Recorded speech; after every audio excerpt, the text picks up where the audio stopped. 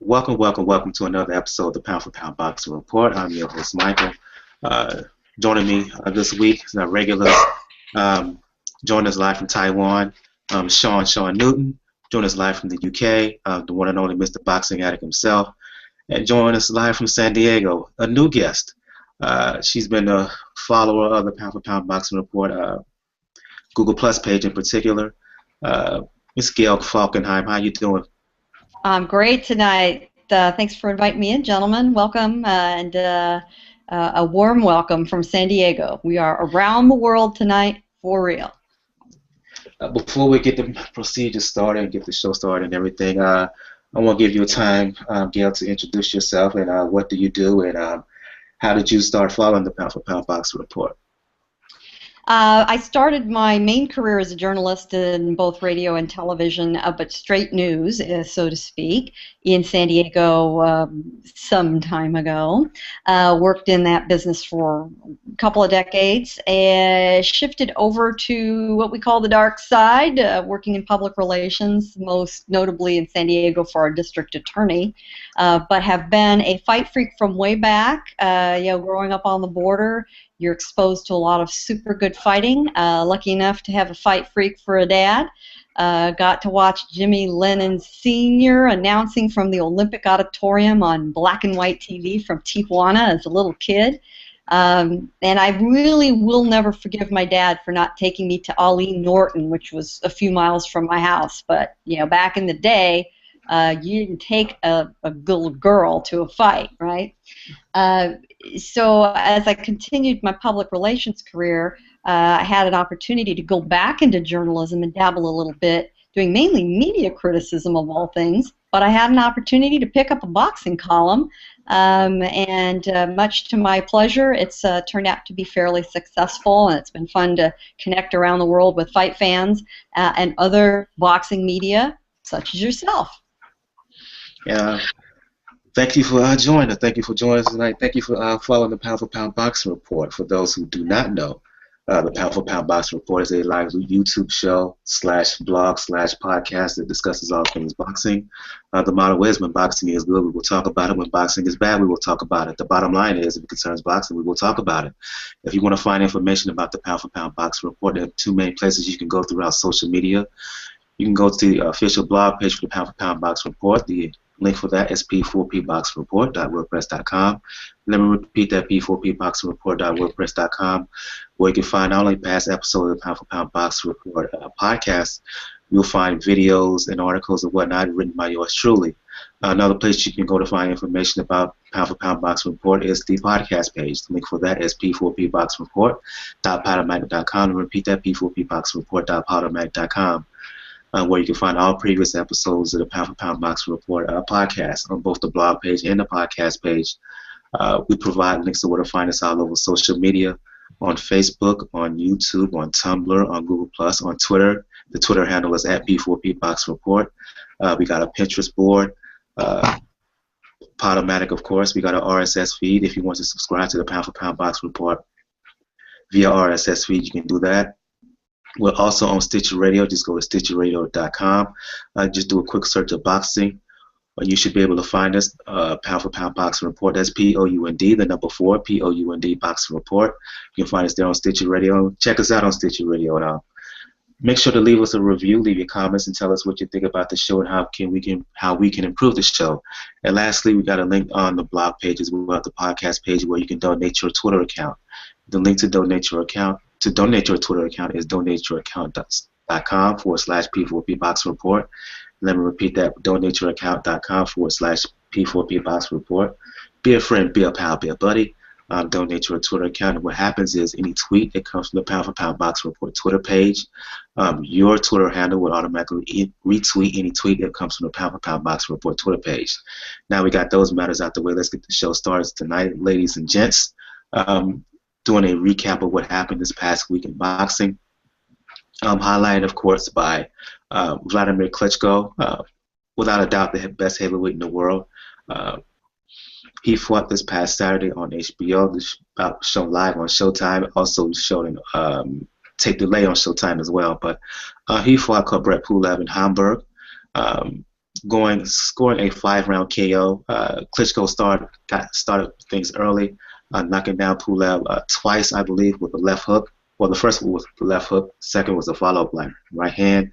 Really dominated throughout the bout. And I'll go to you on this one, Gail.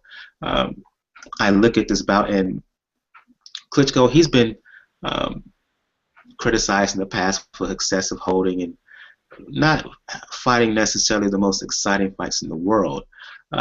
But I would make an argument that this destruction, and that's what it was, of Pulev, who's a live guy, who's a credible guy. This was one of the most impressive performances of Klitschko's career, who was exciting, who was active. He was calm and cool and calculated, yet an assassin at the same time. Your thoughts on Klitschko's, as far as I'm concerned, his impressive performance over Kubrat Pulev this past Saturday? Exactly the fight Klitschko needed at exactly the right time. Just hours before the fight, Klitschko signed a new 3-fight deal with HBO, and I think he made his new bosses at HBO very happy.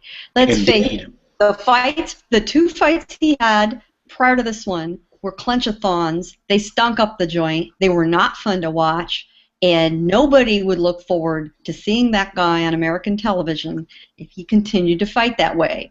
Now, whether that went into the calculations against Pulev, who knows? I'm cynical enough to think that he's a smart enough guy that he thought, I need to put on a show. And he has the goods. That's the bottom line. He's got the goods to do it. He didn't need to fight a stinky clenchathon fight, and thank God he didn't. And now he's got that powerful HBO promotional machine behind him to really add that last little bit of luster to his career, which is to make him more visible in America in front of the kind of fight fans who only pay attention to the heavyweight division or the handful of big names. And that's exactly what he needs to do. It was a great fight. Interesting that all of his knockdowns, including the last one, which he made permanent, were all left hooks, every one of them. Was he watching Triple G a month before who got a left hook knockout? I don't know. But it made for a good-looking fight. And Pulev was no knockover, you know, good for him. What we now know of him is that he's a tough guy, he's determined, and, you know, let's remember that right before he hit the canvas for the last time, he did get in an impressive shot against Klitschko, really ticked him off, and he paid for it, but that makes him a fighter I, as a fan, want to see again. That's a victory in its own way for him. Pulev, Sean, was doing a little bit of smack talking before the fight. I was reading up. I didn't see any pre-fight stuff, but I'm reading it now. He did a lot of smack talking before the fight, and that seemed to kind of amp up the crowd. And watching the bout, not only did it amp up the crowd, it obviously inspired Klitschko to put on the performance that he did. And I'll mention the crowd because in past Klitschko bouts, I mean, he's been the favorite. The crowd has been, it's been okay. But in this bout, I've been watching it. They was amped up from jump, and they stayed amped up throughout. And it really, I think, buoyed Klitschko to put on a performance that he did. Talk about the performance of Klitschko, and let's move forward a bit here, and talk about the potential, the future for Klitschko. Gail mentioned that he recently signed a 3-fight deal with HBO. You know, Klitschko is at 38, but he seems to be improving as a fighter.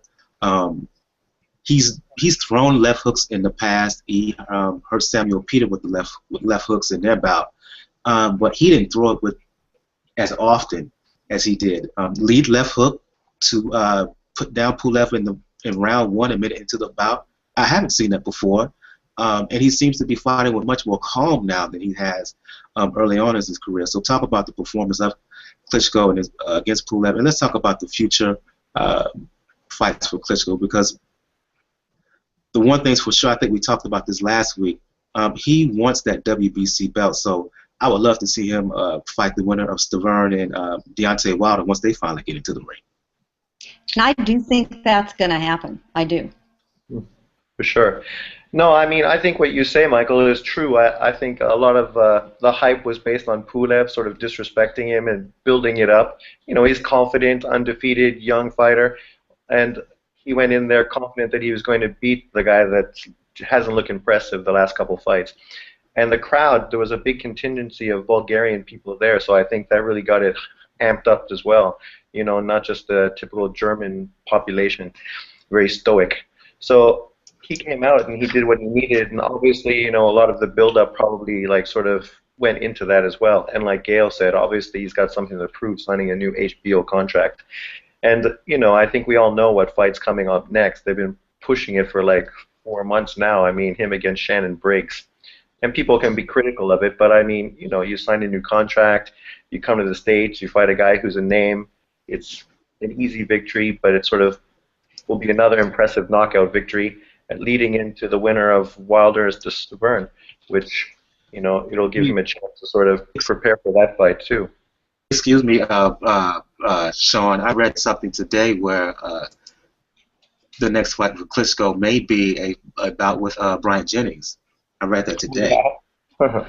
Well, that would be a much more interesting fight than against Shannon Briggs. I mean, marketing-wise, it probably won't make as much money, but I mean, you know, I think that's the one most fans would rather see. And yeah, I'm looking it up right now. Excuse me. According to ESPN, Dan Rayfield, Klitschko bout against Brian Jennings is in the works for spring 2015. I would be surprised that he would pick that fight, just because it's a tough fight, and Jennings has nothing to offer. He doesn't have a belt. I mean, he's not really a household name yet. I mean, you figure he would wait for the winner of Severn and Wilder, and one of them is going to have the belt, so it's going to lead to his dominance even more, and Jennings will be sort of sitting there waiting. But hey, it's a great fight. Let's hope it happens. I want to go to you, Boxing Addict. There's a lot of discussion. I know people that we follow here on Google Plus and YouTube and whatnot, Boxing Beats and Rhymes, EJ Boxing Live and whatnot, they had a discussion about where Klitschko fares in terms of all-time great heavyweights. And Gail and Sean, you can follow in as well. I want you to give your assessment of the fight as well and talk about Dr. Steelhammer, Wladimir Klitschko. Where do you see him amongst the great heavyweights of all time? Do you think he's top 10? Do you think he's top 15? How do you rate him with the Alis, the Joe Lewises, the Lennox Lewis, Marcianos, Patterson, Sonny Listons, Joe Frazier, Jack Johnsons, and whatnot?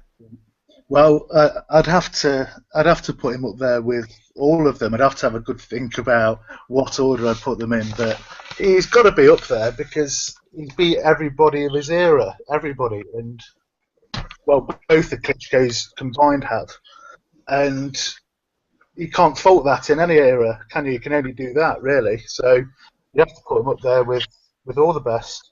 The train keeps rolling. The Klitschko train keeps rolling.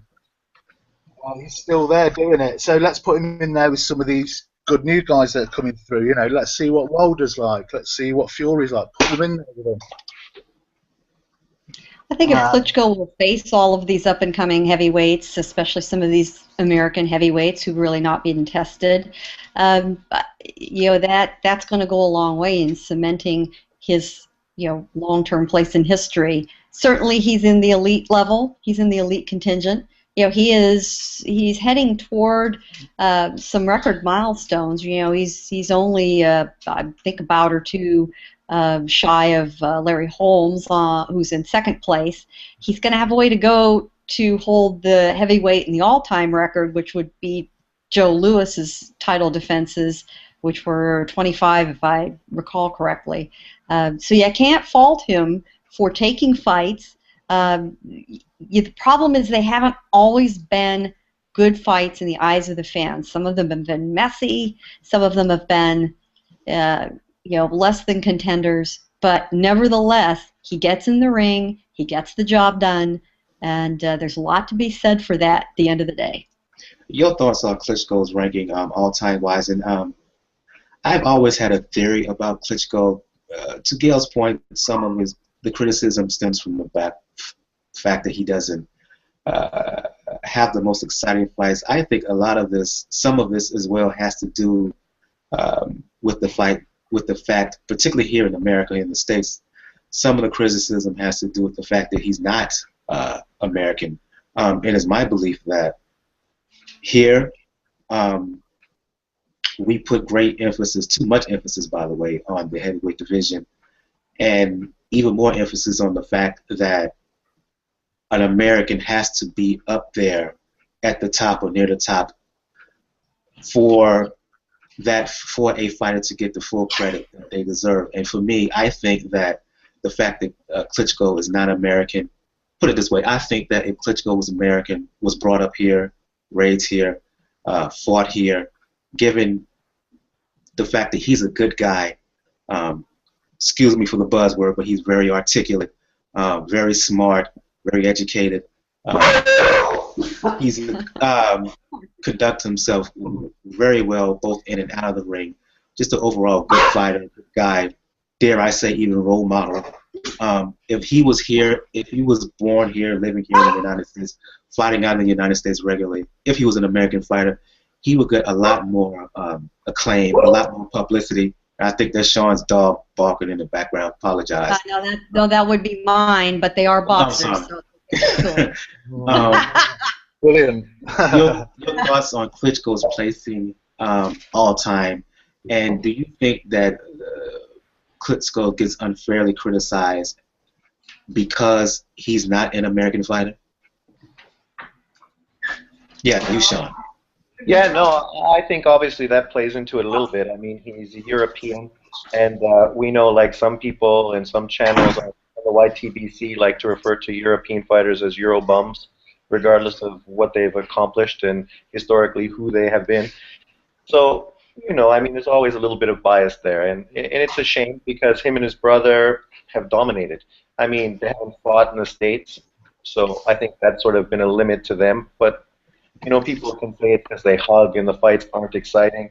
But with heavyweight fights, it's always been a little like that. I mean, you know, when you get a guy like Tyson who is so active, it propelled him to like superstar status. But I mean, you know, heavyweights in the 80s and before that, I mean, there was always been a lot of holding, limited punches thrown, because the guys hit hard. So they like conserve their energy and try to make sure they capitalize on the punches they do land. Klitschko has done well, and I mean, like Gail was saying earlier, I mean, depending on where he goes and if he comes to the States and fights some of these up-and-coming guys, I mean, he will propel himself to the top 10. At this point, I think he's showing that he's a threat, but I mean, he still has a ways to go. I'll go to you on this one, Gail, and I don't want to use the analogy between Klitschko and Tyson. We could, but I want to make an analogy between Klitschko and a Tommy Morrison, who wasn't nearly the fighter that Klitschko is. Wasn't even close, but got a lot of publicity, a lot of acclaim, a lot of notoriety, made a lot of money. Hell, he got a role in the Rocky movie. Yeah, sometimes you need the right packaging. You know, the contents are perfectly fine, but there's a problem with the package. Now, here's what I see as something very interesting coming along for Klitschko. His trainer, Jonathan Banks. You know, now this last fight with Pulev, I believe, was the third fight with Banks taking over for Emmanuel Stewart. I like what I see of Banks. I like what he's about. If you hear Banks discussing fighting and boxing technique and opponents, he is a thoughtful, very observant person, and the way he describes what he sees is fascinating. The other thing that's very intriguing to me about Klitschko working with Banks is, although he isn't fighting a lot, Banks is still an active fighter in the division himself. And Stewart told him, listen, you're going to be a great trainer someday, and that's really where your future is. But fight as long as you can. Stay in as long as you can. That first-person experience, looking across the ring at that guy with the gloves on, it can't be duplicated. Cannot be duplicated. And the longer he works with Klitschko, the more excited I am to see what's going to come of that partnership. I like it a lot. And that might produce kind of fights that we saw this past weekend, and more of them. And having somebody with the American heavyweight sensibility, if you will, training him and advising him, working with him every day, can be nothing but positive for him. Absolutely. Let's move on. Talk about other action that went down this weekend. I'll go to you on this one, Boxing Addict. I don't know if you saw this bout, but Yuiyorkis Gamboa, coming off of a very exciting loss, one of the fights of the year for 2014. His loss to Terrence Crawford earlier this summer. He made his return to the ring fighting in Cancun, Mexico, fighting a guy by the name of De Oca, scoring a 6-round TKO. Gamboa pretty much dominated throughout the bout. Speed was there. I like the fact that he actually came in late for the bout, came in at 131. So that tells me he's probably thinking about coming back to junior lightweight. If you saw the fight, your assessment of the bout, by the way, Gamboa scored a knockdown in round 5 and 5. He finished it off in round 6. Your thoughts on the bout with De Oca? If you saw it, if you didn't see it, your thoughts on Gamboa seemingly going back down to junior lightweight, a division where I think he belonged.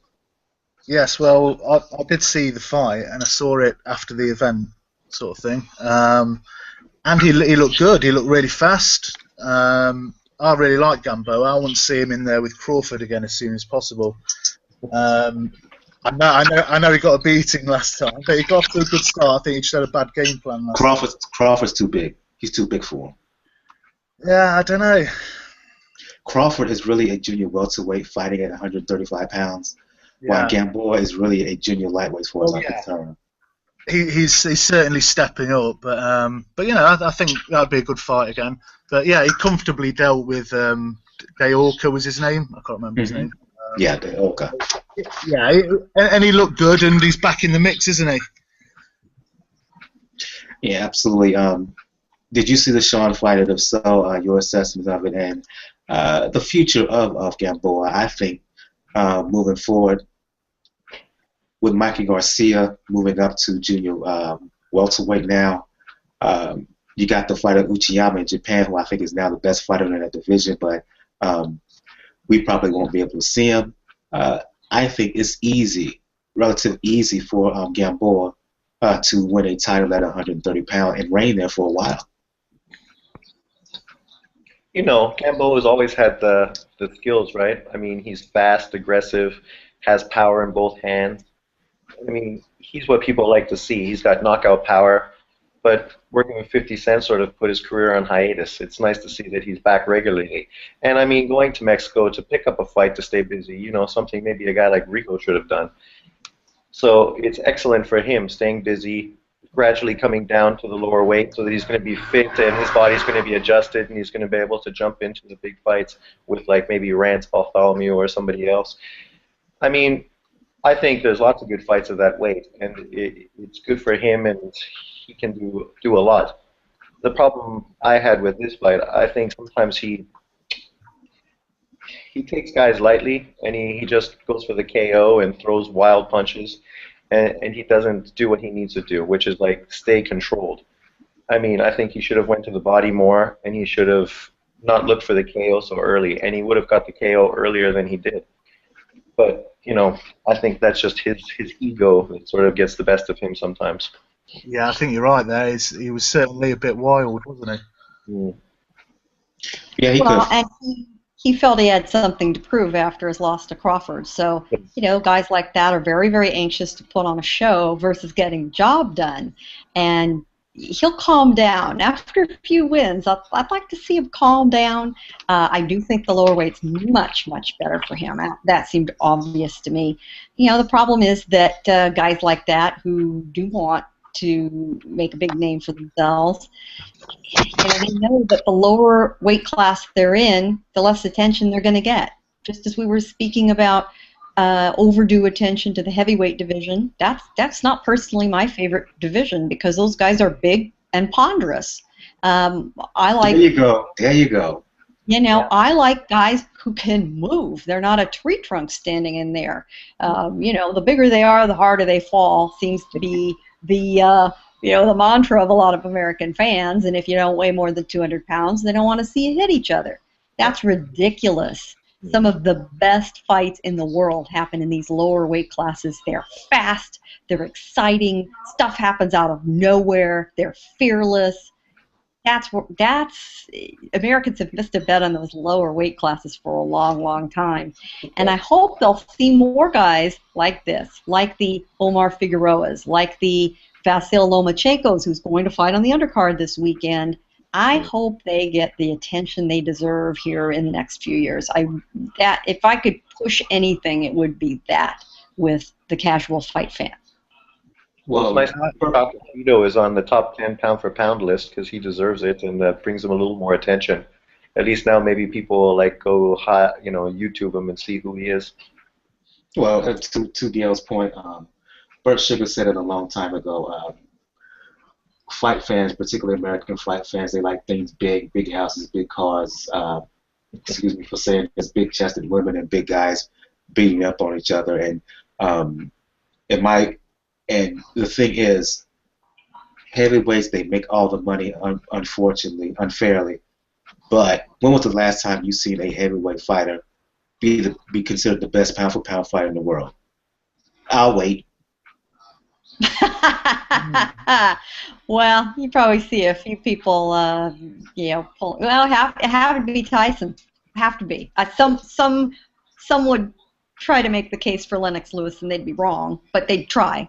And I could make an argument. But it would be Tyson. I would make an argument against that because when he won the title in '86, Hagler was the man. You had Hagler was the man.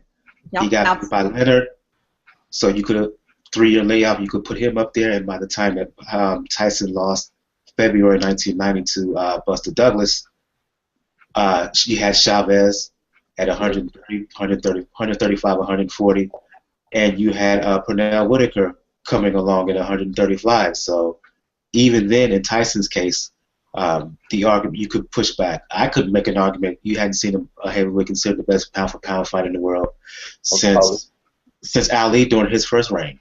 Yeah. Yeah, absolutely. But to keep the sport alive, we do need the attention of the casual fan for the big fights. So it's important for those of us in the boxing media to bring those fans along and get them interested in the personalities and the action at these lower weight classes. I think that's a very important thing for us all to do. Yeah, we're going off course here, but that's going to be tough because the mainstream outlets like the ESPNs and whatnot, and their shows on that particular network, particularly a couple of shows in the morning and in the afternoon, they are so dismissive of the sport. In spite of the fact that you got Friday Night Fights there in their series, you got the main shows on main ESPN, and let's just call them out, like Pardon Interruption, like Around the Horn, and even First Take to a certain degree. They're so dismissive of the sport that it's going to be tough for boxing to get back to the mainstream, because let's face it, it's a niche sport now. You don't have fights on network television. That used to be the middleman between amateur status and HBO and pay-per-view. So folks like us has a role, but it's only going to go so far until we get boxing back on mainstream platforms, other than HBO, other than Showtime, other than pay-per-view. They need to start making big fights, don't they? And getting the public back interested and making them big shows. Eddie Hearn in Britain's doing excellent over here. Boxing's absolutely booming. I've not seen it like this for 20 years. It's, they put on big shows. They put the glitz and the glamour to it. Sky Sports are behind it. They spend loads of money on the shows. And it's come back, but it seems like in the States you've got so much to compete against. So many channels, so many sports, and yeah, it's difficult. Yeah, and Al Heyman's, and to Sean's point in the chat, Al Heyman's deal, it has potential. Let's hope he does it not on just Sports NBC Universal, but let's hope he keeps his promises by bringing some bouts on NBC. But to the networks, they have to also invest in boxing as well, and that means if they can put cheap money to put a extreme sports up, they could shell out some money to put boxing on there. It wouldn't take a lot, because there are a lot of fighters, since you mentioned the Smaller Weight Fighters Guild, there are a lot of fighters out there who you can bring on ABC, NBC, CBS for a spring-summer series and could make exciting fights, and if they invested it, could bring a whole lot of ratings to network televisions, would help bring boxing back to mainstream status. I was surprised to hear how much they actually charge for pay-per-view shows in the States. It's something like $70 odd, isn't it? 70, 75, 60, yeah. That's absolutely crazy. We pay about £15 here for a pay-per-view, which is about $25 or something. We could only hope. This weekend's fight card from Macau is 60 US. Wow. Look, bruh, I can remember in the 90s, early 90s, where the rematch between Tony Lopez and Brian Mitchell was like $9.95. I remember. Oh. I'm showing my age here. I remember Kid Akeem and Robert Quiroga in 1991. Fight of the Year by KO and Ring Magazine had some tragic result because of what happened to Kid Akeem, of course. That bout cost $9.95, June 1991. And look what Pacquiao and Algieri is going for now, $70. Yeah, but here's something that keeps me optimistic. Just as mainstream audiences are leaving network television, the average comedy today, Modern Family, doesn't get a fraction of the viewers of a comedy like the Mary Tyler Moore Show or something, or Fresh Prince, decades ago. So the audiences are fragmented. There's a smaller pool even with network television, but we now don't have to worry so much about those gatekeepers because we, as boxing journalists, have a stronghold online, and fights can be seen online, can be streamed online. The younger generation of sports fans in general is coming online. There is so much potential. There's so much bandwidth. There's room for everybody. And I for one, think boxing is far from dead. I really do. Yeah, it doesn't there? Oh, it will never die. And for folks who are wishing it to die and acting like it's a non-existent sport, they don't want that, because it will go underground where it will not be regulated at all. So they don't want that. So, but we just went off on kind of a side issue on a huge discussion here. Let's get back on topic of the show. I'll go to you on this one, Sean. In the past, we've talked about Gilberto Ramirez a lot. I personally think he's going to be a future world champion at 168 pounds. Well, he was part of a doubleheader that took place in San Antonio, where he scored a 8th-round stoppage over Fernando Zuniga, I believe it was. And we're going to combine two fights here because we went off on a rant there, so we ate up time. Fulgencio Zuniga stopped him in 8 rounds. Also on that part of that doubleheader was a rising featherweight junior lightweight contender by the name of Oscar Valdez, as he scored a 7-round stoppage of a kid by the name of Garza. Talk about Ramirez and Valdez in terms of not only their fights but their potential. I've said before that I think Ramirez is going to be a potential world champion, but in watching the Valdez bout, I hadn't seen much of him. I was sleeping on him, I'm sorry. But I watched him, and I was very impressed with him as well. Valdez, of course, 2-time Mexican Olympian. After watching him, he's one of the better prospects of the sport. Unfortunately, I didn't see the Valdez fight because by the time I started streaming, it was already over, and it was into like the 2nd round of Gilbert Ramirez fight.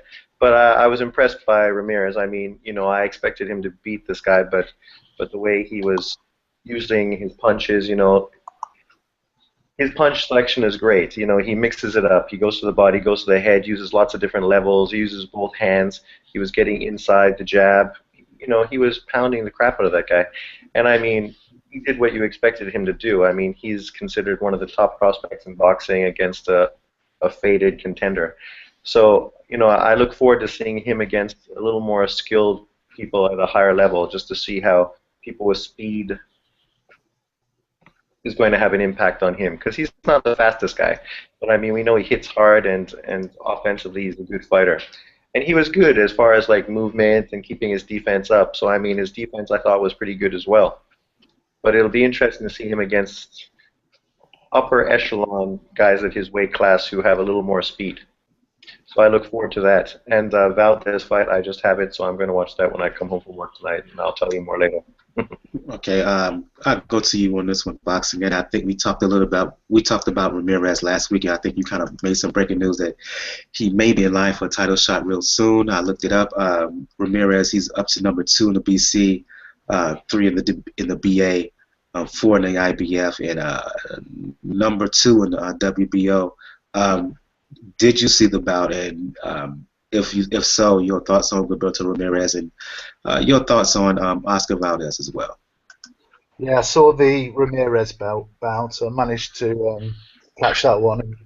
He looked good. I mean, we discussed him last week. He looked a bit of a killer against these guys who are of a certain standard, but we need to see him in there with someone decent now, and hopefully that will happen next year. He's high in all the rankings.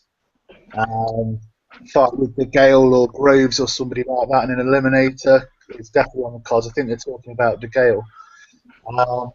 So yeah, we'll see what he's made of. He looks like he's got a really big frame, and I don't know if he's a light heavyweight in weighting in a couple of years, but he looked okay. Zuniga's a bit, he's finished really, isn't he? Zuniga.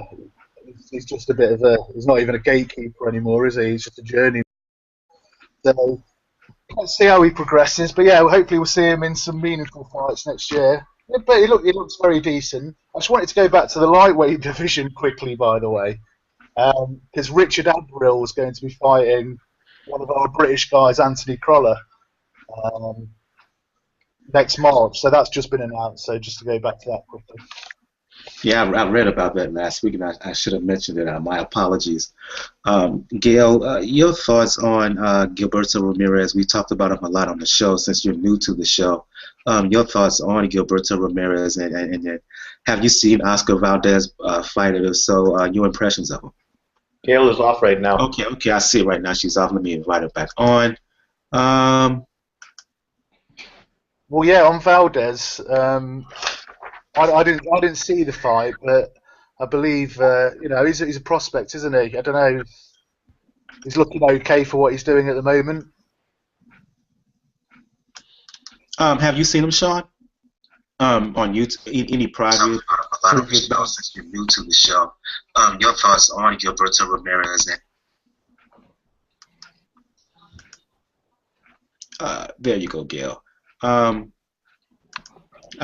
What I was going to say was,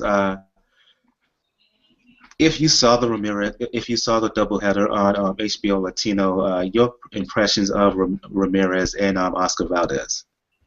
It's a fight that makes me hopeful. It's sometimes hard to gauge the talent level when you've got guys like that that you don't know very well. I like what I saw. These are weight classes that could stand some new talent. And when you've got a weight class that's perhaps a little thin, you give somebody a chance they might not otherwise get in a weight class that's got a lot more talent. It's just harder to break through. It's just tighter. In this case, Ramirez showed himself well enough, certainly in this class, to get a shot at some better fights, and I'd like to see what he's really made of. I'm cautiously optimistic. Impressions of Oscar Valdez? Valdez, he did a good job. The jury is out with him for me. I'm not quite sure about him. Yeah, I'm not going to put him at Errol Spence level in terms of prospect because. Yeah. But Errol Spence is going to be a champion in And I figured that going back to that infamous sparring session with Broner a couple of years back, but he's not at that level. But I still like Valdez in the way he looks. Excuse me for interrupting. I do like him. What's interesting about, when you talk about Olympic boxers from Eastern Europe, that is the way that real talent is nurtured. They have a respect for the Olympic system. They stay amateurs a long time. They get very, very good. So when you see an amateur boxer from Eastern Europe, a Vasyl Lomachenko, perfect example. The guy is in single digits in his professional career, and he's clearly a talent. On the other hand, when you've got fighters from North, Central, South America, a place like Mexico, guys are pros when they're 16. And 14. 14. Yeah, well, they say they're 16. They're really 14. They lie about their age. Yeah. So you say, all right, a Mexican Olympic team member. Is that the equivalent of a Ukrainian, a Kazakh team member of the on the Olympics? It's not really equivalent. So fighters that go into the Olympic system in these countries, they either come to the sport later, they don't get serious about it until later. It's a different skill level. So I'd like to see a little more from him before I'm willing to commit. But it looked pretty good. Did what he needed to do. Very much willing to see him again. Any follow-up from you fellas? Because Gail makes a very astute point. I really didn't think about that in terms of kind of quantifying an Olympian from Mexico versus an Olympian from an Eastern European country, or even Cuba. Throw that in there as well. Any follow-up comments from any of you fellas vis-a-vis the Oscar Valdez and his potential? I think that's always sort of been the situation, like the Eastern Bloc athletes in Cuba, they've always had great amateur careers and good fundamentals and brought along through a system. Whereas, a lot of other countries, like Philippines, Mexico, third world countries, guys start boxing early because out of necessity, right? And that's why a lot of these great fighters like Salido have lots of losses on their records, because they just learn through experience, through being in the ring. So that's why it's always interesting to see the adjustment. I mean, a guy like Valdez, obviously his family, you would think, probably wasn't so poor that he was able to sort of be brought along more through that kind of system. Yeah, I think the Cubans and the Russians certainly in the past, they train their boxers kind of military style, don't they? So they have that ingrained in them, that kind of work ethic as well. And I don't know, there's something in there which is sort of implanted at an early age that they sort of stick, and like Kovalev and Golovkin today, and Klitschko, they're very kind of with it. Yeah. Okay, let's move on. Before change things a bit here, we're gonna have a simple news story, then we're gonna have a bit of a roundtable discussion here. Big news, kind of the biggest news that broke this week, of course, is the upcoming December bout between Demetrius Andrade and Jermall Charlo. Been postponed. Andrade has dropped out of the bout mainly due to money issues. There was really nothing finalized at the negotiating table. And I'll go to you on this one, Gail, and then you fellas can follow up. Thoughts on Andrade deciding to drop out of the fight? Personally, I'm a little bit disappointed in this move. I'm extremely disappointed about this. I don't know the details, and I haven't gotten down to the nitty gritty of who did what to whom, who promised what, who didn't come through. I would have liked to seen Andrade stick it out a little longer before pulling out if there was a problem. Seems he made the call a little early. I would like to think as the calendar, the date got closer and the clock ticked, that maybe there would have been a little more pressure to work things out. But a guy has got to decide what's good for his career and what's not. I think it's a shame when the money decisions are made or the contract decisions come up. I hope we don't get into a situation with Andrade like we've had with Andre Ward, being completely absent. It's ruining his career, in my opinion, and I hope Andrade is not headed down this road. Sean, you all over, everywhere, checking everything out boxing-wise. I do know that Andrade initially was going to get a $250,000 purse. It was originally raised up to $350,000, I believe, the final offer. He decided to drop out anyway, even though that $350,000 would have been his highest purse of his career. Have you heard anything, checking out the boxing landscape, checking out other shows, sources or whatever, in terms of terms of this fight and why he really decided to drop out? Was it an issue of money? Was it an issue that nothing was really finalized beforehand? Your research, your assessment of what went down. Me? Yeah, you, Sean. I think one of the problems has been a different message coming from his camp.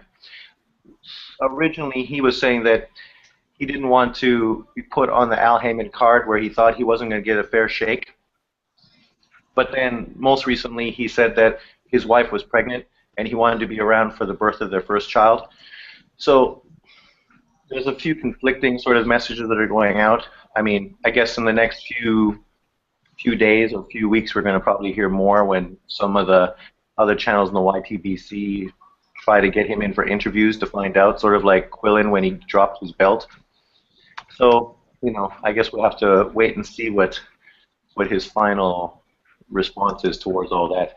But I think basically he just feels he's worth more money and he's probably trying to hardball, much like guys like Stevenson did with GGG, pulling out and then hoping they would give him the big offer to keep him in. And in that case, it works. But in this case, so far, it hasn't worked. Your thoughts on this fight being not happening, Attic? Yeah, well, it sounds like there's a bust-up, isn't there, between Andrade and his family. His dad's his trainer, isn't he? And the promoters there. So, yeah, is he playing hardball? Is he wanting more money? His father was saying that making fights without our consent or something along those lines. So I'm not sure what's going on there. But, yeah, you just want to see him in the ring. You don't want another Andre Ward situation. Yeah, absolutely. We will see whether this fight gets remade, rescheduled, whatever. But it's definitely a bit disappointing. I'm with Gail here. I'm rather disappointed in Andrade, him deciding to not take this fight, because it would have put him up there, because he needs exposure. He needs a fight like this against a pretty high-profile, hot contender, credible guy on Showtime. So he ends up being the big loser of this one. So let's just hope the fights happen, gets remade, they can work things out through the negotiation table and whatnot. I want to go into kind of a roundtable discussion on this. Roundtable discussion on the show. In the past, we did this discussion about the super middleweight division of the 1990s. I want to have another roundtable discussion this time. I want to discuss the welterweight division of the 1990s. In the 80s, you had the Leonard, you had the Hearns, the Durans, Benitez, and whatnot. But as they faded off into the late 80s, you had other fighters emerging like Simon Brown, Moochie Starling, Curry, Donald Kerbal Curry, Hunnigan, and whatnot. And they kind of made their mark in the division. But good fighters they were. Once Donald Curry lost, the luster in terms of the welterweight division kind of fell off, because he was the obvious star. People were making him out to be the star, and when he lost to Hunnigan in '86, a crappy UK fighter.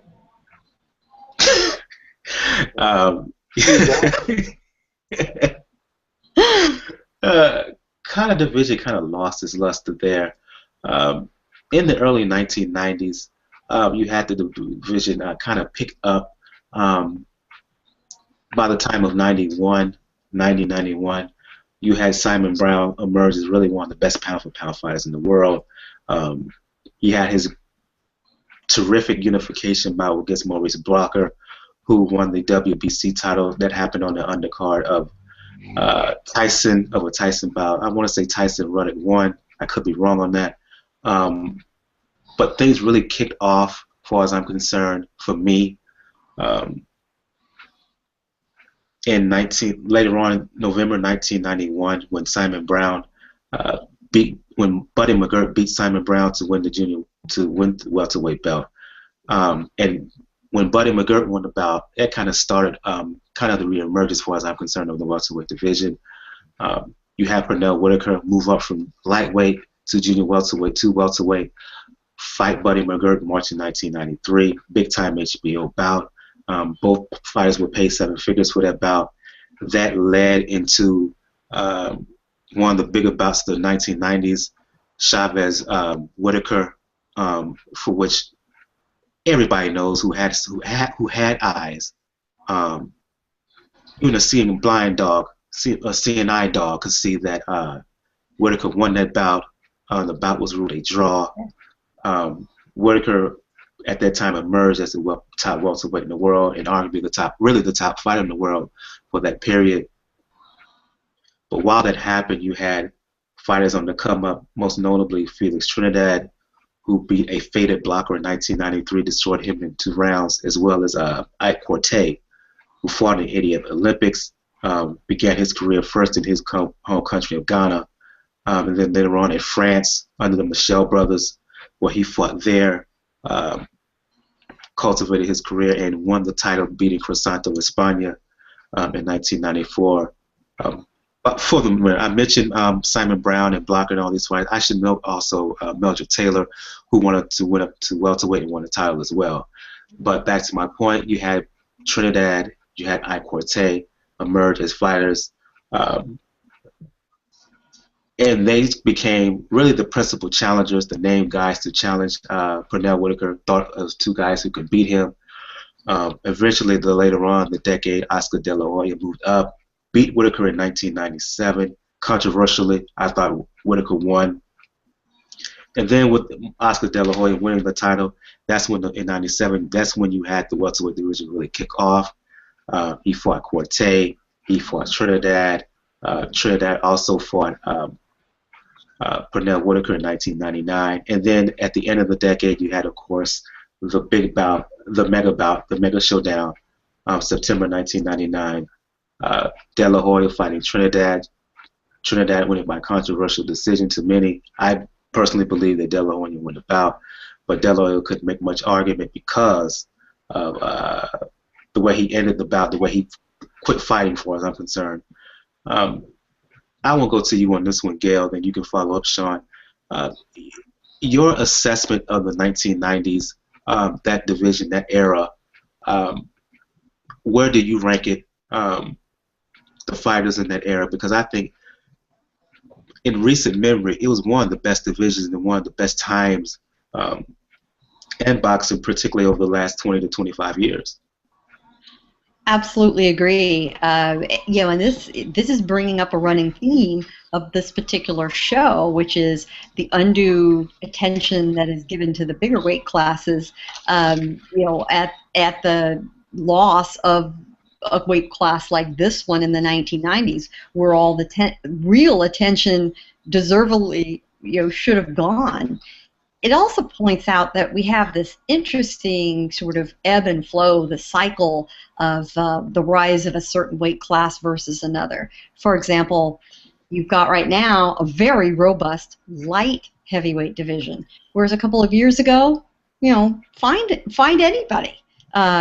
Once a couple of really, superior talents emerge in a weight class and another does and it gets energized, suddenly everyone wants in. Everyone wants to be at the party. So there is a critical mass that will build around a couple of big names. Risk-reward ratio starts becoming worth it, to take on somebody that, you have a long shot at beating, but the money is good enough, the platform is big enough, that it's worth it to you. And once in a while, a talent emerges out of that's a surprise, a happy surprise, and you get a welterweight division like we had at that decade. Sean had to dip out. I know he has a job. He has to go teach right now. He teaches over in Taiwan, so he has to do that. Thanks for Sean. Sean, I'll go to you when this one added. The principal fighters of that era, welterweights of that era, were Whitaker, Trinidad, De La Hoya, Corte. Fantastic era, rival with the super middleweight division in that era when you had the principal guys were Jones, Tony, Ben, and Eubank.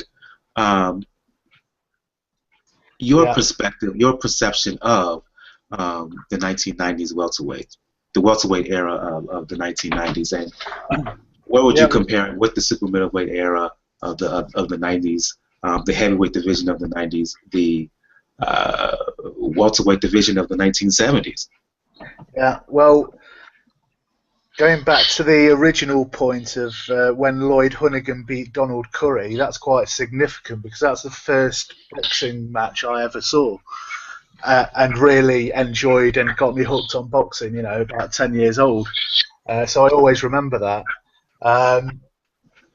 But yeah, there were so many great fighters in that decade, weren't there? And it was just such a great mix. They were all so highly skilled and some massive punchers. And over this side of the pond, we were more into the super middleweights. We didn't get to see a lot of those big fights at the welterweight, you know, at that weight, unfortunately, over here. So I've had to sort of look at them in years gone by. But how would they compare to the 70s?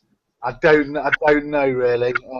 Probably better because the fighters were more well known and it became a bit of a soap opera, didn't it? Pretty much like the heavyweight division. People got really into boxing in the 90s. So yeah, good memories really. But I missed out a lot on the kind of De La Hoya fights and Felix Trinidad, which I know was massive over that side of the pond. But we had sort of Ben and Eubank and Watson and all them going on over here, and that was sort of what preoccupied ourselves. The odd Bruno fight, getting battered by Tyson and that sort of thing. I'll ask a couple of questions here, and any of you guys can chime in. Gail, Attic, you can chime in. If there was a fight during that time that you wished you had seen but didn't happen, what would that fight be? I think the obvious answer for me, of course, is Trinidad and Corte. They should have fought. There was rumors of them fighting at that time, but the fights didn't happen. Any other fights fighters that you can recall? Because I mentioned the other guys because there was the main guys, Corte, De La Hoya, Trinidad. There was also fighters like Obacar, Jose Luis Lopez, other fighters of the era that could have fought, that were around, I should say. But back to my question, if there was a fight that you wish would have happened during that time, what would it be? Well, your choice wasn't half bad, that's for sure. You know, what's interesting is, you know, in that weight class, you know, especially with emerging talent in North America, Mexico, Central America, you have to remember we still had a pretty heavy-duty Cold War. So probably the fights that, you know, we would like to have seen, we'll never really know what that was. You know, there are probably a lot of guys who, you know, were hidden behind an iron curtain that never got a chance, and we will never know what might have been. If you had a choice between a fight that you wish would have happened during that time, what would it be? I'd have quite liked to have seen Simon Brown against Marlon Starling. That was more of an 80s thing, but that could have happened maybe in the early 90s. They initially fought in 85. Starling won by close, either split decision or majority decision. When both established themselves as champions, they never got into the ring. I never understood why, but that's a good choice. They could have fought maybe in the early 1990s. Your thoughts on my choice of Trinidad and Corte? That fight should have happened. That fight should have happened. I don't care what anybody says. I'm not going to disagree with that at all. Absolutely not. Can't disagree. Couple of more interesting questions. Another interesting questions. What would have happened had Whitaker fought Trinidad in say 94, 95, as opposed to them fighting in 99 when he was 39 years old? And let's face it, he was coming off a long layoff because of being suspended because he tested positive for drugs. What would have happened had he fought a younger Sweet Pea Whitaker would have fought a younger Trinidad? I'll let you guys go on that one because again, I didn't see enough of Whitaker. I know he was huge over there, but yeah. It gets into a dangerous what-if territory because they're both younger. I mean, would they both have improved the same percentage having fought in their younger years? Was there something learned in that time by Trinidad by being more active, where Whitaker had that ring rust, that allowed him to prevail, that wouldn't have allowed him to prevail a few years prior? See, I say that, Gil. I say that, Gil, because if you watch a Whitaker 1993 and 94, his two fights with McGirt, even his 1994 bout against Cardona, which followed the draw over Chavez, even the bout with De La Hoya in 97, was the last bout where he actually looked good, and you compare that to the Trinidad bout in 99 in Madison Square Garden, there's an obvious difference. And I wonder if that Whitaker of the bouts that I mentioned before would have shown up against a Trinidad, even the Trinidad that we saw against Whitaker in 99, or the Trinidad, say, 93, 94, 95, whatever, how would it have been a different outcome? Boxing is a tough sport to do sort of fantasy matchups, and what-if matchups. Every contest is a snowflake. Every performance is individual to the opponent, to the time, to the age, to the temperature in the arena. And you see a fantastic performance, like those you mentioned of Whitaker. Even at the same era, in the same condition, a different opponent makes the outcome different. And fantasy mashups. I think fights are snowflakes frozen in sports snowflakes frozen in time, and it's tough to say. Yeah. I don't know that it would have been that much different. I was having a discussion earlier about super middleweights, and I was chatting with an American guy who was saying, well, Jones and Hagler and Tony and Julian Jackson would have absolutely annihilated people like Froch and Ward and that sort of thing. And I said, well, hang on a minute. For one thing, Hagler was a middleweight, never fought at super middleweight. Jackson was a light middleweight, fighting at middleweight at times. And people like Jones and Tony, I think they only spent about 18 months at super middleweight. Jones beat Tony, and then they spent the next 20 years each up at light heavyweight. So I think these fantasy matchups sometimes it's difficult. There were a lot of welterweights underneath the top four that were up and coming. The Overcars of the world, James Page, Jose Luis Lopez, and whatnot, that looked like they had potential to be something, but kind of didn't. They flamed out or whatever because of either they were not as good or just circumstances outside of the ring. If you had to choose a fighter from that era who you were most disappointed in, a fighter who had the look of a potential world champion to do something really big, but did not. Which fighter could you think of? Which fighter is that in your opinion? Well, that's an era I don't have a huge amount of depth on below the elite level that you're talking about.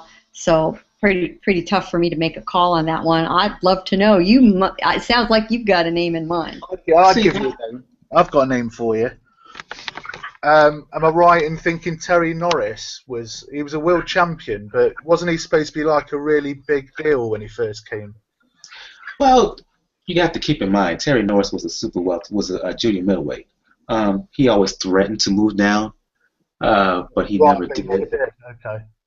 He never did. I personally think he should have, because he could have made that weight. I mean, look, he came into a fight. He fought Melvin Taylor in a catchweight bout, 149 pounds, had a chain on, so that probably weighed him about a pound. He came in easy at 149, so he could have made that. So he could have done it, but he never did for some reason.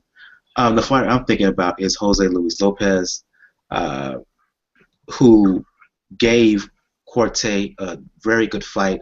Had that fight going 15 rounds. He knocked Corte out. He fought in October 1997. Corte got off to a hot start, but Lopez knocked down Jose Luis Lopez twice. Jose Luis Lopez knocked down Corte about twice and had him hurt badly late in that fight. I thought he would use that bout to have a really good career, but he kind of flamed out. He didn't go anywhere after that. And I was just wondering, I was disappointed in him in that regard. I mentioned Obokar. I never thought anything of him after he lost to Trinidad. He kind of got exposed in that bout. James Page, he had out of the ring issues and whatnot. Page, as a matter of fact, he beat Jose Luis Lopez in the title defense, but he had so many outside the ring troubles going in that he really went nowhere. He had as much power as Trinidad, as far as I'm concerned, particularly in the left hook, but again, outside the ring issues kind of squandered his career. So those are the guys I'm thinking most notably. And now everybody that's watching us is going to flock to YouTube, go pull up some of those fights, and that's the beauty of it today, is we can revisit some of those things, and some of you out there can see these fights for the first time and make your own decisions and let the pound-for-pound report know what you think. Yeah, absolutely. Let's kind of sum this up. Look, I know technically Trinidad could be considered the best fighter in that era based on his decision win over De La Hoya. He was undefeated. 17, 18 title defenses. He reigned for 6 years, I believe.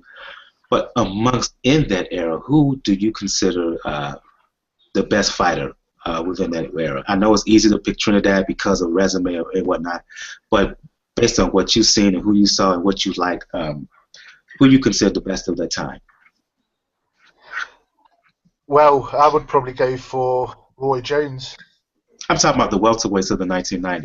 Right. I wouldn't like to say. Your thoughts, Gail? I have to stick with Trinidad. I do. I like an aggressive style. His record speaks for itself. Whitaker presents just enough what could have been issues. I'm not sure a great fighter, absolutely great fighter. I'm not sure we saw everything he had. De La Hoya into the equation, given the win over Corte, given the fact that many people thought he beat Trinidad?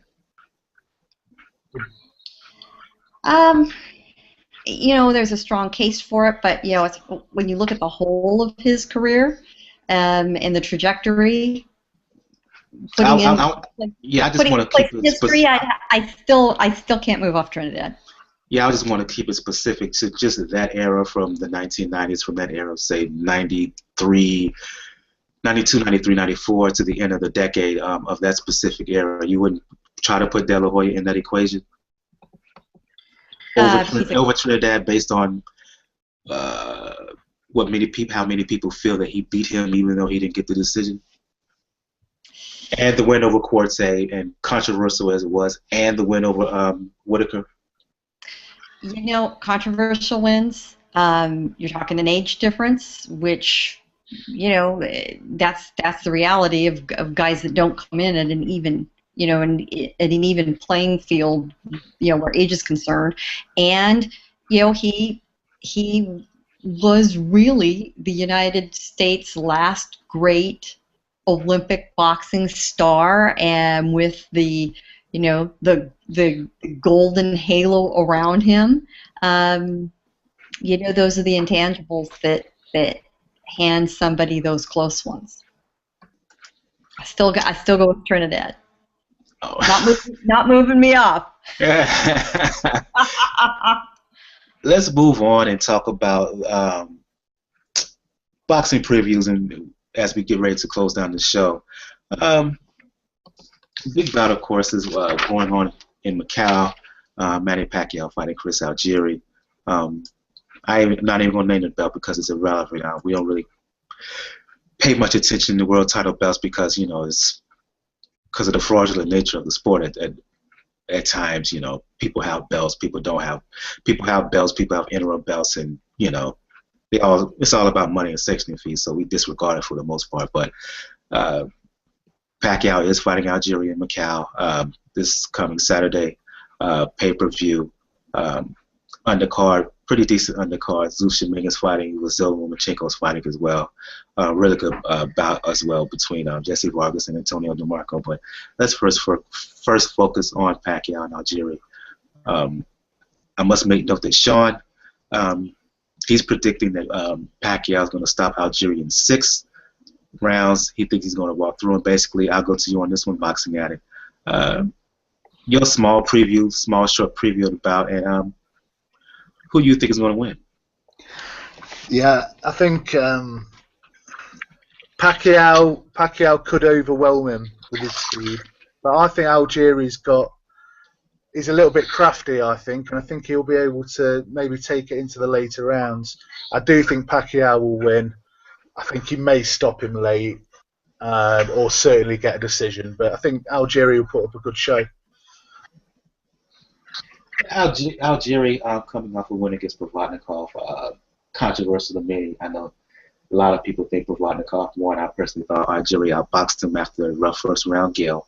Your impressions of Algieri, how much of a chance did you give him against Pacquiao, and what's your prediction of the fight? Well, one thing Algieri proved is he's tough. He took a punch, and we all thought that after that first round we weren't going to see much more of him, and he proved us wrong. So the Manny Pacquiao of today, who hasn't had a knockout in 5 years, I don't think is going to get one against Algieri. If Provodnikov couldn't do it, I don't think Manny can do it. Exactly. That having been said, I do think Manny will prevail. Odds are Manny will prevail. There's some interesting variables in this fight. There's the catch weight variable in this fight. They are going to fight at 144. Is that going to make a difference? We're going to find out. Is Algieri's height advantage and reach advantage going to make a difference? Maybe. I don't know. I think those will be canceled out and then some by Pacquiao's speed. Speed kills. Speed kills in boxing. And that is going to be Manny's greatest advantage over Algieri. That's what he's going to need to take to him. The other concern that we keep having on and off with Manny is his focus. This training camp has been equal parts basketball, biggest loser contests in the Philippines, and oh yeah, by the way, you have to train for a fight. I appreciate multitasking, but occasionally when Manny has taken a bit of a casual approach to these things, he hasn't fared too well. Freddie Roach is pretty good about keeping his lips zipped over his concerns about how much or how little Manny is ready, but after the fact, on a couple of occasions he has admitted Manny didn't train like he should. If for some wild reason Algieri does prevail, I will bet you, plane ticket of your choice, that we're going to hear Roach say, well, gosh, gee, in retrospect, yeah, well, I admit he didn't train like he should have. He's not going to say that before the fight, and it might not be true. there is some wiggle room there that presents an opening, I think. And Algieri, one thing Algieri is very focused. He has nothing to lose, and he's one smart cookie. And it's going to make the fight worth watching. I'd be interested to see what size ring they've chosen, because that's a good point. It's a really good point. Yeah, and worth all of us checking into. That's yet again another variable that could make this very interesting. Yeah, 20, 21, 22-foot ring. There's no doubt that Algieri will use it to full advantage. Yeah, his reach and his movement's good, you know, and as Gail was saying, he's tough as old boots, really, because Provodnikov isn't somebody to mess around with, is he? No. No. And interestingly enough, you know, Pacquiao and Provodnikov have sparred. They know each other very well. I'm curious what kind of intelligence is being passed from Ruslan through Freddie Roach to Manny about having dealt with Algieri. There's going to be some interesting intelligence reports. Yeah. You mentioned Freddie Roach. What did you think of the Freddie Roach? He's been talking quite a bit about how good of shape Manny Pacquiao's in. I know he was saying that Manny Pacquiao was 143 pounds a month ago when they came in for a public workout. He kind of let the cat out back that Manny Pacquiao told him that he's going to not. He feels he can knock Algieri out in 2 rounds. Freddie Roach is basically saying that the bout is not going to go the distance. Your thoughts on kind of the big talk beforehand by Freddie Roach in terms of how ready Pacquiao is and how focused he is, in light of what you said, Gail, about Manny Pacquiao's focus or lack thereof in prior fights? I seem to recall Freddie saying the same thing before every one of Manny's recent fights. So you know, that's part of his job. He knows how the entertainment/promotion machine runs in, you know, modern prize fighting. He gets it. He knows what to say. Whether it happens or not, it's not going to make. It doesn't matter what he says now. You know, this is all the pregame stuff. I don't believe it for a second. Your thoughts on it? Sorry, I missed that there, guys. How Freddie Roach has been talking quite confidently about how Manny Pacquiao's missing on going in and destroy this guy. Yeah, I don't know. I'm a bit unsure every time I see Freddie Roach in the media nowadays. It's a bit of a circus at times, isn't it? So I don't know. I don't look too much into it.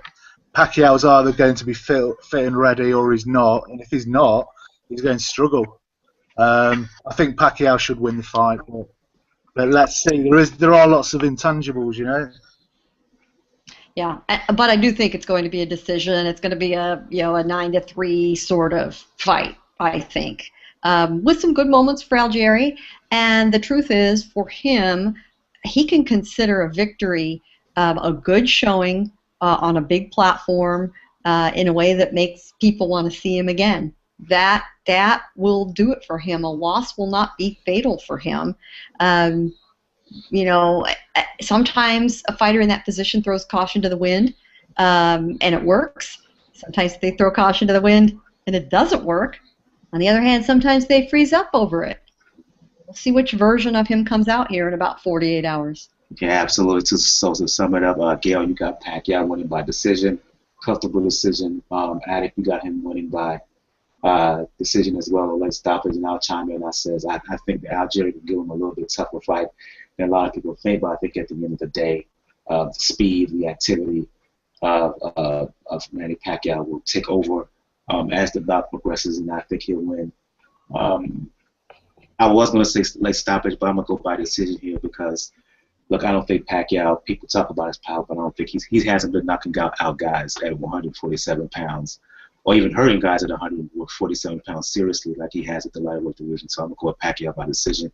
Let's kind of hurry things up here. Vasily Lomachenko, he's going to be fighting a guy by the name of, I don't even know how to pronounce his name, Thai fighter. This Thai fighter, he fought Chris John a couple of years ago at featherweight. Lomachenko coming off a title winning battle with Gary Russell Jr. winning by decision, I believe it was. I'll go to you on this one, Gail. You mentioned Lomachenko earlier. I get the impression you think very highly of him. Your thoughts on Lomachenko and this bout coming up Saturday? And the prospect of him potentially facing Nicholas Walters, if the rumors are correct, him particularly facing Nicholas Walters should he prevail.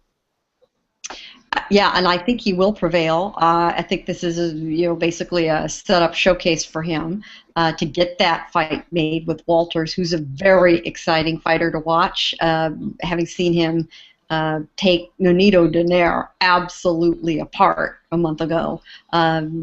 I like what he's about. I like his style, Walter and Lomachenko. And I think Lomachenko will have an easy time of it. It's simply stacked in his favor.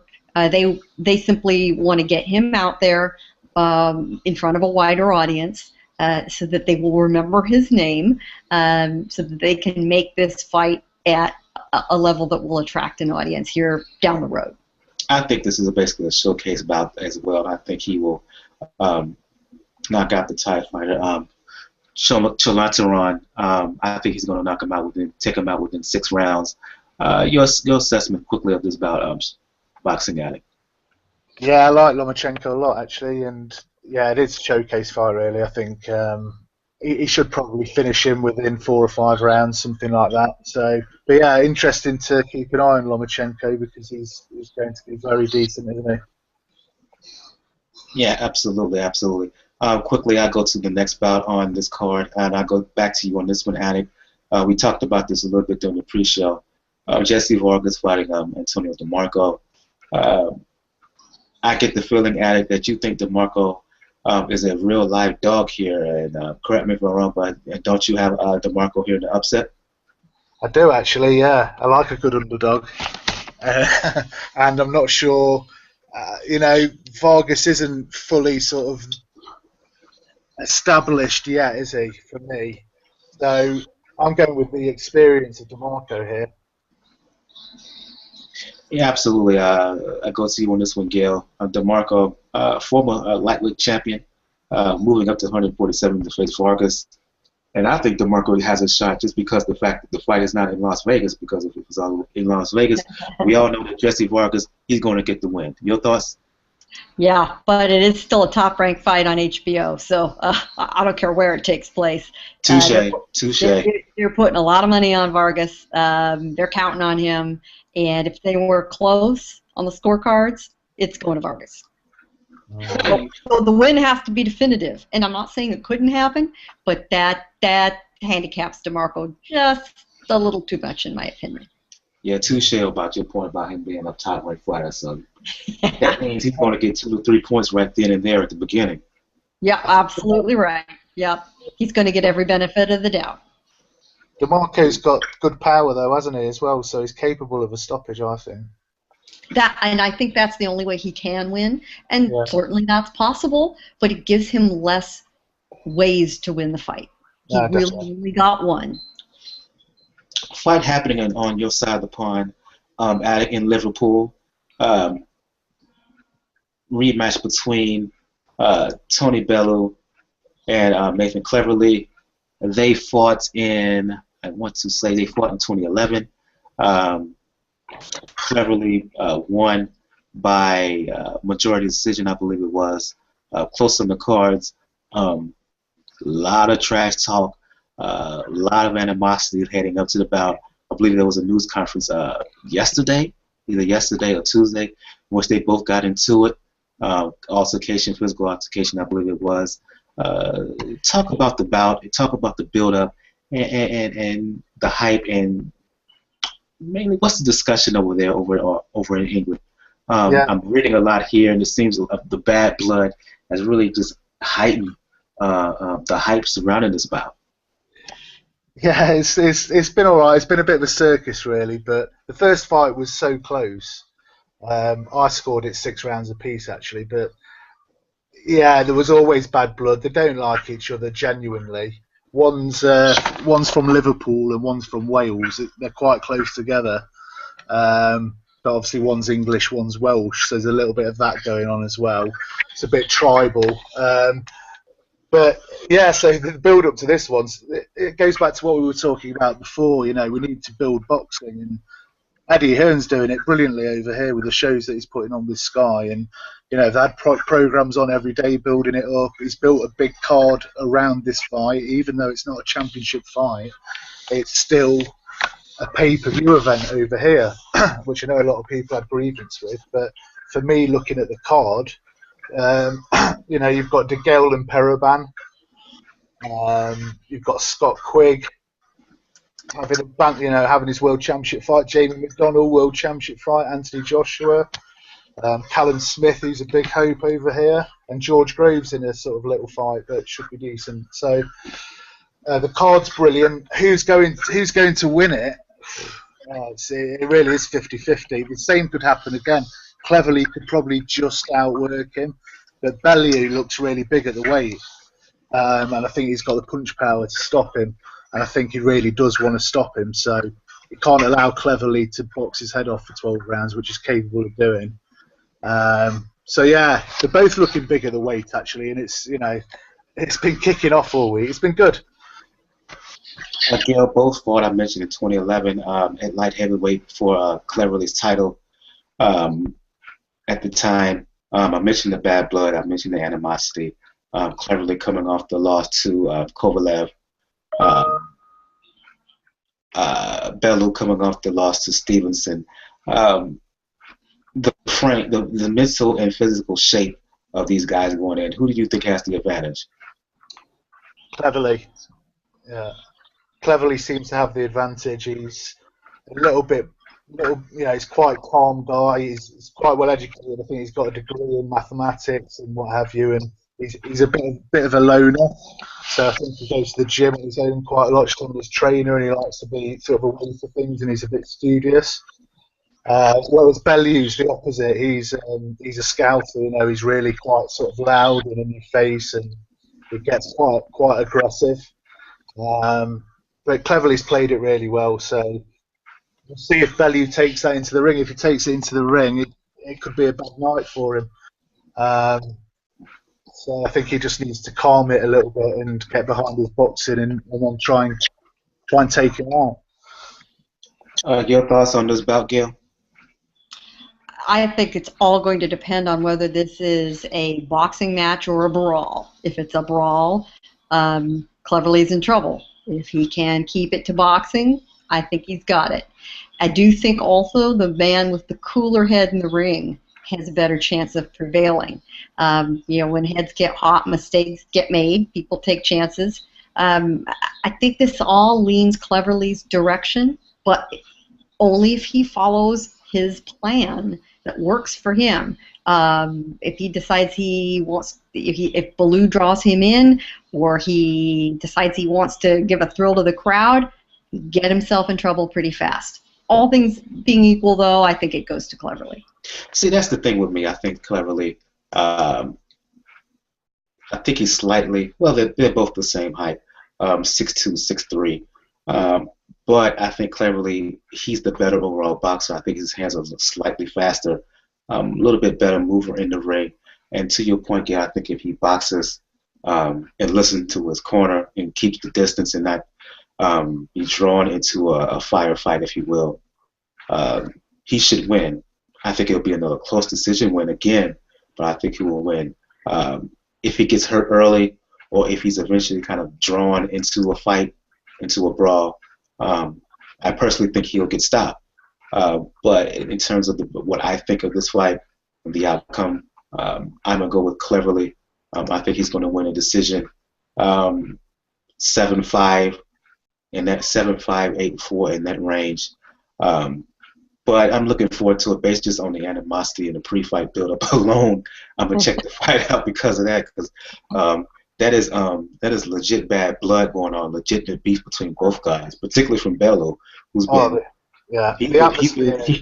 he's been Tyson Fury-esque in terms of what he's been saying in the pre-fight build-up. So to go back, the atmosphere in that arena in Liverpool is going to be electric. It will be really partisan, you know. But Cleverly's done it before. He's beat him in Liverpool in his hometown, so he's going in there with confidence, I think. So the smart money is on Cleverly, you know. But I've just got this feeling that Bellew's going to get to him. I think the crowd will get behind him and he'll pull it out of the bag, and I think he'll actually stop him. And you know, you've got that factor of the regional rivalries. You know, it is our North American equivalent of Mexico and Puerto Rico having at each other, which always that puts a little extra spice on a fight that makes it a lot of fun. And we've got the same sort of trajectory going on here when you're talking about Liverpool and Wales. It's going to be a good time. Yeah. Well, that happens.